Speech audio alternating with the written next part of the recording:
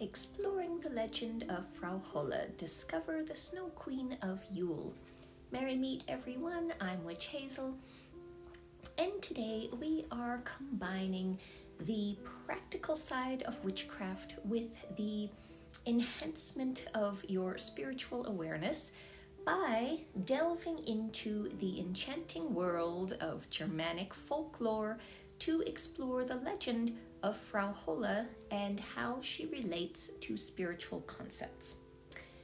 First, I'll explain who she is, then I'll go into some of her spiritual symbolism, and finally I'll chat about how I incorporate her into my observation or observance of Norse paganism. So, grab a cozy blanket and a warm drink, spike it with something good, and let's have some fun. Frau Holle, also known as Holda or Hulda, is a figure in Germanic folklore and mythology. She is often associated with nature, fertility, the changing of the seasons, and certain types of weather, like snow. She is typically depicted as a wise and powerful woman who resides in a mountain or an otherworldly realm.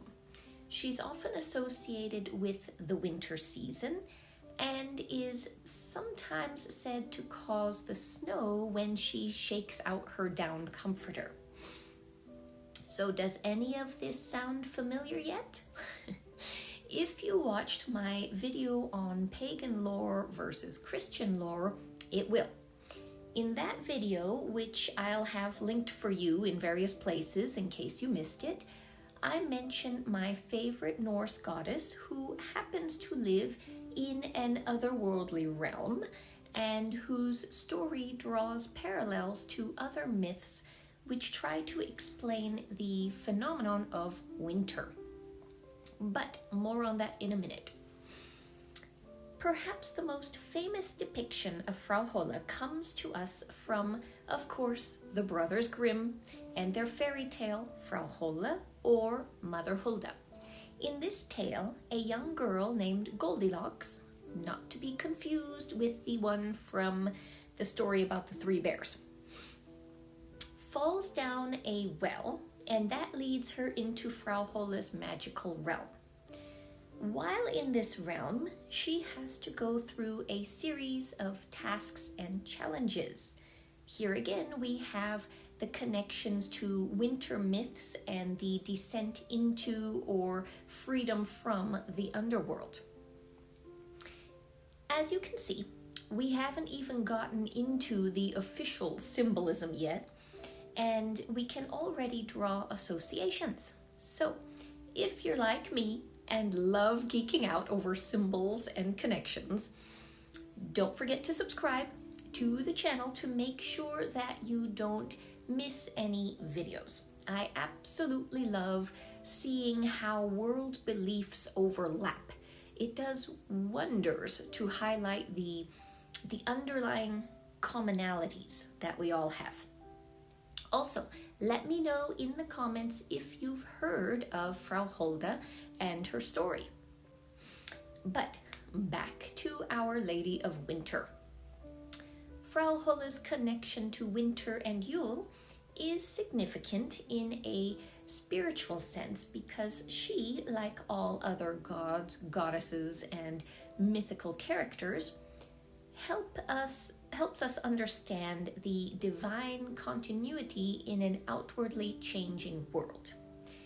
In her stories, we see mountains representative of vast strength and intimidating obstacles in nature. We see her as presiding over that idea of life in death, which I mentioned in the previous video. Her realm is inside the earth and accessed by a pool of water. All of this connects to the concepts of death, both real and symbolic, birth and rebirth, and the divine feminine. All of these things help to associate her strongly, in my mind, with the Norse goddess Hel, which brings me to my next point.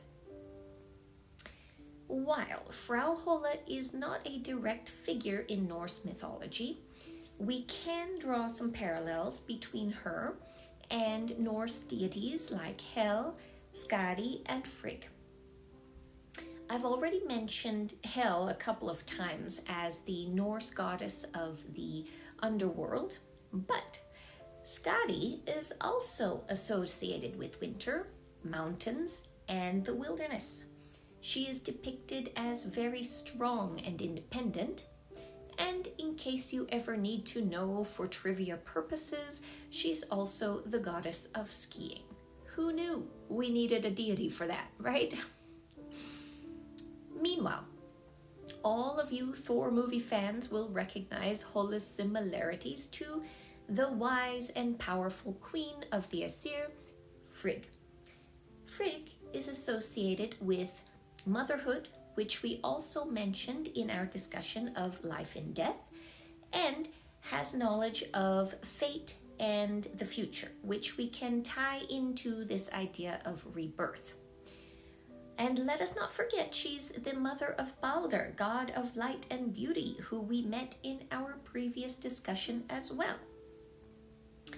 Lastly, because I just can't help myself, one of the animals connected to Frigg is geese, which I always think of when I remember that idea of Frau Holle shaking out her down comforter.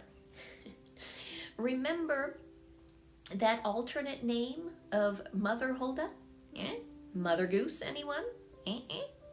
I know, I'm weird. What a tangled web we weave, my friends.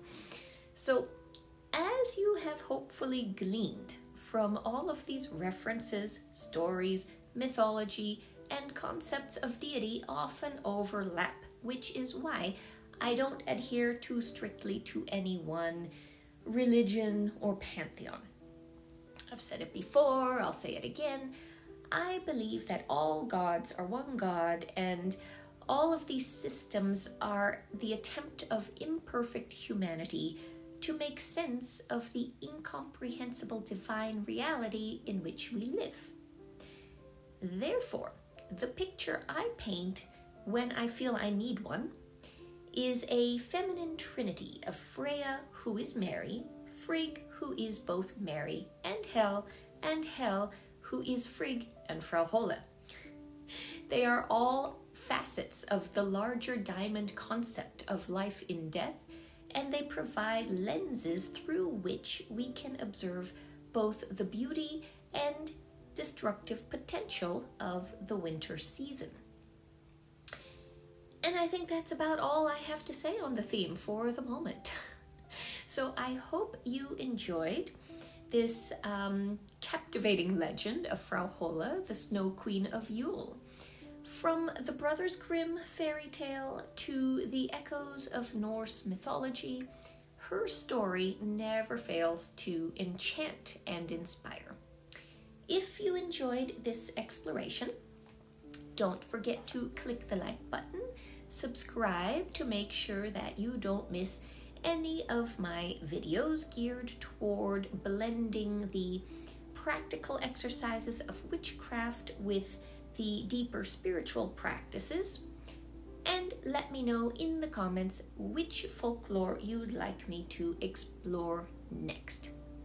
Until the next video, everyone, blessed be.